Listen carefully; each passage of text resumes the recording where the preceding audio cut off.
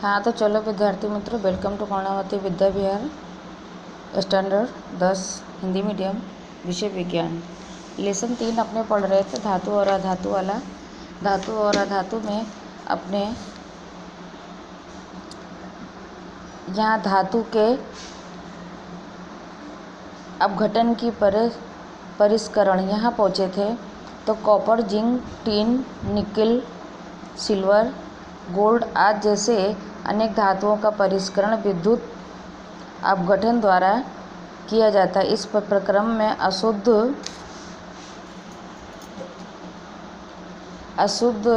धातु को एनोड तथा शुद्ध धातु को पतली परत को कैथोड बनाया जाता है।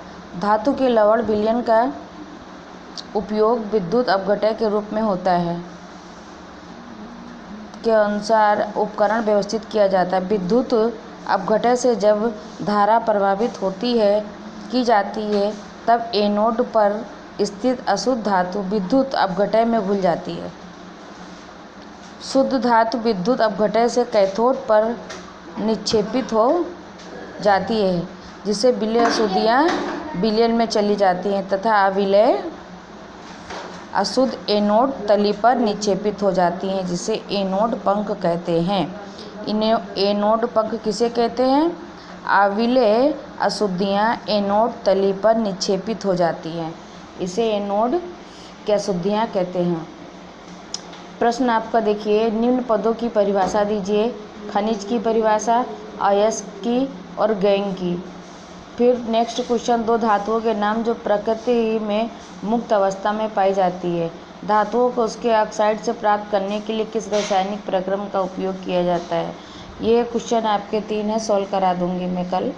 अभी आगे का जो संरक्षण देखिए 3.5 में संरक्षण किसे कहते हैं, इसके विषय में आप जानकारी प्राप्त करें। किसी भी चीज़ का संरक्षण करना, उसकी देखभाल करना। संरक्षण के संबंध में अध्याय 1 में आपने निम्न बातों का अध्ययन किया है। खुली वायु में कुछ दिन छोड़ देने पर सिल्वर की वस्तुएं काली हो जाती हैं। तो आपने देखा होगा कोई भी चांदी की वस्तु, वाइट या एल्युमिनियम की वस्तु खुली छोड़ देने पर उसमें कालापन आ जाता है। सिल्वर की वायु में उपस्थित सल्फर के साथ अपक्रिया कर सल्फर सल्फाइड की परत बनने के कारण ऐसा होता है। तो सल्फाइड की परत बनने के कारण ऐसा हो जाता है। कॉपर वायु में उपस्थित आर्द्र कार्बन डाइऑक्साइड के साथ अपक्रिया करता है। अब कॉपर क्या, वायु में उपस्थित आर्द्र कार्बन डाइऑक्साइड के साथ, जिससे इसकी सतह से भूरे रंग की चमक धीरे धीरे खत्म हो जाती है।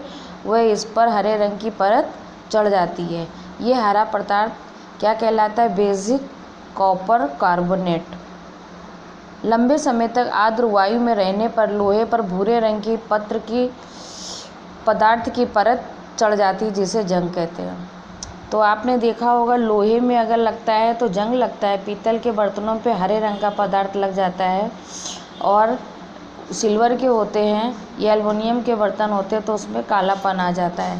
तो ये रासायनिक अपक्रिया में तीनों में अलग अलग वायु के संपर्क में आने पर अलग अलग पदार्थ की रासायनिक अपक्रिया होती है।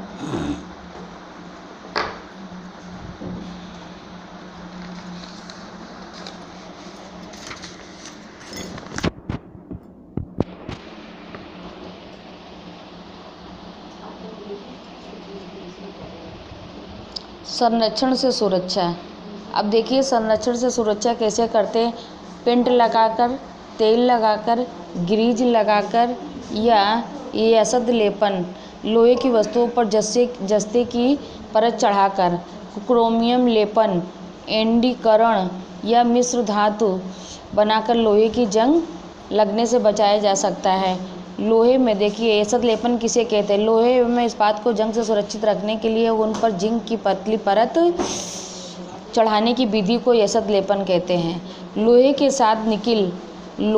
साथ निकल एवं क्रोमियम मिलाने पर हमें स्टेनलेस इस्पात प्राप्त होता है, जो कठोर होता है तथा उस पर जंग नहीं लगती है। इस प्रकार यदि लोहे के साथ कोई अन्य पदार्थ मिश्रित किया जाता है तो वह अपने गुणधर्म बदल जाते हैं, उसके गुणधर्म बदल जाते हैं। अन्य कोई पदार्थ मिलाकर किसी भी धातु के गुणधर्म बदले जा सकते हैं। ये पदार्थ धातु या अधातु कुछ भी हो सकती है। दो या दो से अधिक धातुओं के समांगी मिश्रण को मिश्र धातु कहते हैं। मिश्र धातु किसे कहते हैं? आपके दो या दो से अधिक धातुओं को मिला करके जो समांगी मिश्रण से बनाया जाता है, जैसे लोहे में निकल मिला करके स्टेनलेस बनाते हैं और उस धातु में जंग नहीं लगता है, इसे मिश्र धातु या समांगी मिश्रण भी कहते हैं। अब देखिए अमलगम। अमलगम किसे कहते हैं? यदि कोई धातु पारद है तो इसके मिश्रातु को अमलगम कहते हैं।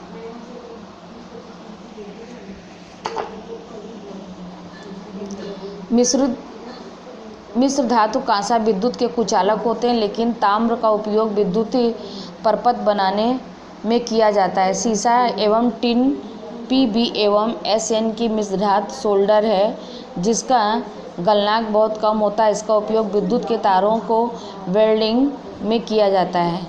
आपके नीचे प्रश्न आ गए हैं, आपको प्रश्न को ये सॉल्व करना है। Zinc oxide, magnesium oxide, copper oxide, तो किस स्थिति में विस्थापन अपक्रिया घटित होती है? कौन सी धातु आसानी से संरक्षित नहीं होती है? मिश्र धातु क्या होता है? अभी आगे सब इस पैराग्राफ में पढ़ा है। अब आपने क्या सीखा? देखिए धातुएं विद्युत धनात्मक तत्व होते हैं, क्योंकि ये अधातुओं को इलेक्ट्रॉन देकर स्वयं धन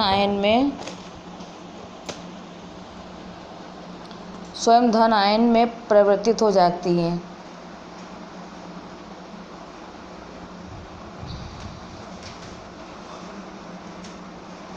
ऑक्सीजन के साथ संयुक्त होकर धातुएं क्षारकीय ऑक्साइड बनाती हैं।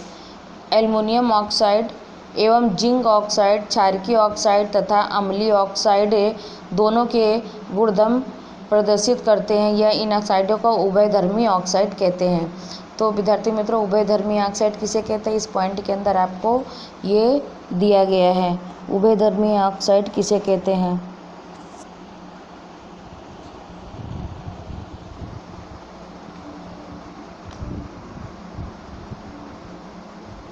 चौथे पॉइंट पे आपको दिया गया है इसके अंदर से।